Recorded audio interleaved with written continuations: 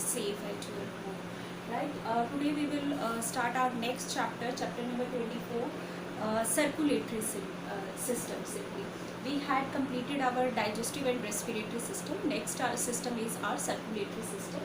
Actually, blood takes part is very important role in circulation. Actually, it is the connective liquid connective tissue, right? Because of this circulatory system, actually the digestive or undigestive and various other organic and inorganic substances easily move in our body from one place to another because of this connective tissue, right? Because of this liquid connective tissue, it's called blood. Generally in living or in animalia, living organism, the circulatory system is of two types: open circulatory system and closed circulatory system.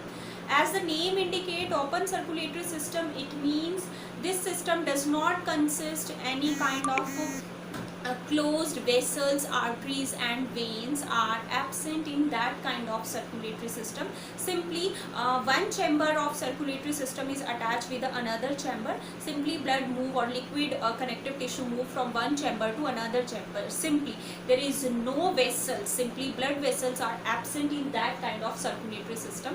So this is called open circulatory system, and it is most common in invertebrates. Simply you can say that invertebrates, it means arthropoda and mollusca have open kind of circulatory system.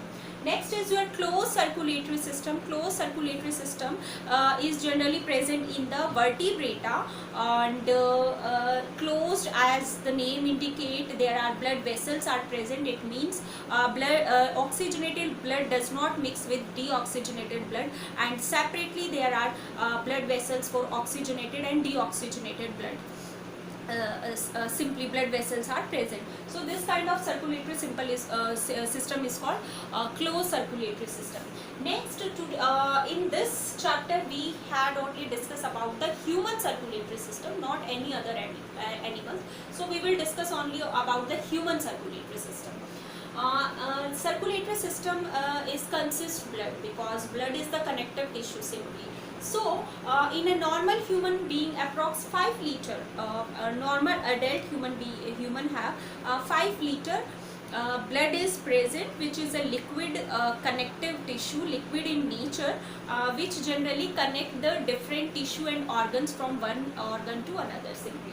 So blood is consist two, it means it is divided into two different, blood have two different parts. First is the plasma, and second is the blood cells or blood corpuscles simply. So blood consists, blood plasma is a yellowish alkaline fluid, colorless fluid which has no color, straw color simply you can say that, straw color fluid. Approx total volume of the blood is plasma is the 55% of the total blood volume. It means out of total blood, 55% is the plasma, and plasma consists 90% water and 10% organic and inorganic substances simply. Out of this 10%, the 7% is organic protein is present, and 0.09% is inorganic substances like iron, sodium, calcium and chlorine ion. These ions are inorganic substances are present, and 7% is organic protein is present in blood plasma. So out of the whole blood volume, 55% is the blood plasma present, right? And remaining 45% are the blood cells simply. And in our blood there are 3 different type of blood cells are present. These are RBC, red blood cell, also called erythrocyte. Second is the WBC, white blood cell, is also called leukocytes. And third is the platelets, or you can say that thromboblast simply, right? Firstly we will discuss about the red blood cell, RBC. 99%, the prominent blood cell is present in our blood is the RBC, red blood cells indicated, say that these are non-nucleated, nucleus are absent in case of human RBC, but it is nucleated in case of camel, and so many examples where nucleated RBC is present. They are maybe circular and biconcave. Generally biconcave RBC are present in our blood. Mitochondria is absent in that case. In adult healthy man, 55 millions of RBC is present per millimeter cube, and in a female is 47 million only. RBC contain iron containing derivative is called hemoglobin, which help in the transport of gases, oxygen and CO2 simply. Because this hemoglobin is an iron containing and it is a red color pigment, it consists a red color pigment, so our blood is appear reddish in color, red color due to this hemoglobin. It help in transportation, and approx in a healthy man 12 to 16 gram of hemoglobin is present per 100 ml of blood simply. So the lifespan of RBC is 120 days, and after the 120 days the protein part or the hemoglobin of the RBC is dissociated and converted into the amino acid and goes into the liver, and the pigment, the hemoglobin pigment is goes into the liver, where this pigment is converted into bilirubin and biliverdin, which is the liver pigment which is used for the emulsification or simplify the fat molecules during digestion. Next is our WBC, or you can say that the white blood cells. They are present less as compared to the RBC. Simply you can say that if the 600 RBC are present, then only one WBC is present in our blood. They are nucleated, and generally their like volume is 7000 millimeter cube, and they have 52 million per millimeter cube, and they are only 7000. So 600 ratio 1 is present, WBC is present in ratio of 600 to 1. 600 RBC, 1 is the WBC. Its lifespan is also small as compared to the WBC. They are survive only for 4 to 5 days, and they can survive easily about 120 days simply. But they have special character. WBC is generally helping defense mechanism, or to boost up our immune system, you can simply say that. Because they have amoeboid locomotion. Amoeboid locomotion means they can easily phagocyte the microorganism and the harmful, you can say that, antigen, foreign particles easily phagocytes by the amoeboid movement of the leukocytes simply. Right? They are further divided into two different parts, granulocytes and agranulocytes. Granulocytes means the WBC which have granules, and the WBC which do not have granules are called agranulocytes. They are further divided into granulocytes are neutrophils, basophil and eosino or acidophils simply. Firstly, about the neutrophils. Why they are called neutrophils? Because they can stain in both acidic and basic dye. Generally they are purplish in color. They can easily stain with the acid dye and the basic dye simply. So that's why they are called neutrophils. Instead of basophils and eosinophils, the number of or the strength of the neutrophils is more as compared to the remaining two, baso and acidophils simply. They are generally help in the actually total volume of the granulocyte. They are 65%. Neutrophils are present in 65% volume of the total granulocyte. It means they are the most prominent WBCs in our blood. These are the most prominent, right? Maximum amount of neutrophils are present because they can easily stain with the acid as well basic dye. So in the, like you can say that, allergic reactions or various acidic and basic reaction, they easily release and pass the signal to the acido and basophils. So simply they help in the defense mechanism, you can say that simply they are helping our defense mechanism. Next is our eosinophils or acidophils, you can say that. They are present approx 2.5% of the total granulocyte, 2.5% only, and their lifespan is also less as compared to the neutrophils.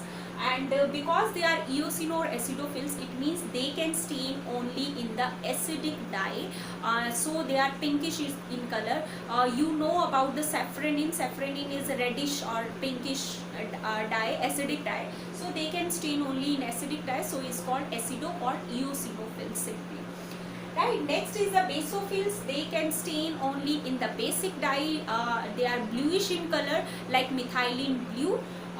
they release basophil generally, and they are present about 0.02 to 5% only of the total volume of granulocyte. They release or secrete a substance is called heparin or histamine in the allergic reaction when you get allergy with the foreign particle, for example dust particle and pollen grain. In that condition, these basophils release the mast cell, and these mast cell release a chemical secretion is called histamine, heparin, and any other secretions, you can say that, to protect us ourselves from the foreign particles simply. So this is all about the granulocyte. Next are the agranulocytes. These are further divided into monocytes and lymphocytes. Monocytes are the largest WBC, you can say that they are the largest WBC. They are okay, all these are the nucleated. All these granulocytes are nucleated. They are binucleated, they are 2 to 3 nucleated, and they are multinucleated. They monocytes are non-nucleated. Monocytes and lymphocytes are non-nucleated simply. These are the largest size of WBC, largest cell of the WBC. They are small as compared to monocyte, but these lymphocytes are the second prominent blood cells. First prominent is the neutrophil. These are the second prominent. Approx 20 to 25% of lymphocyte is present in our WBC simply. They generally monocytes generally help in the phagocytic process. Phagocytic process because they have amoeboid locomotion. They generally release out the microorganism or bacteria and any other pathogens are phagocytes by the monocytes simply. And lymphocytes generally help to produce the T cells and B cells, which are help for producing the antibodies for defense mechanism. So they are very important, but they are small in size, but these are the second largest prominent WBCs. Last is the platelets. Platelets or thromboplastin simply, they have a very important role in blood clotting. So they help in blood clotting. Without platelets we cannot clot our blood in any emergency condition. When you get injured or any emergency condition takes place, in that condition the injured part, at the injured part platelets are collected and they release a inactive protein is called thromboplastin, which is converted into prothrombin into thrombin simply. Prothrombin is inactive form and thrombin is the active form. This thrombin is generally, we will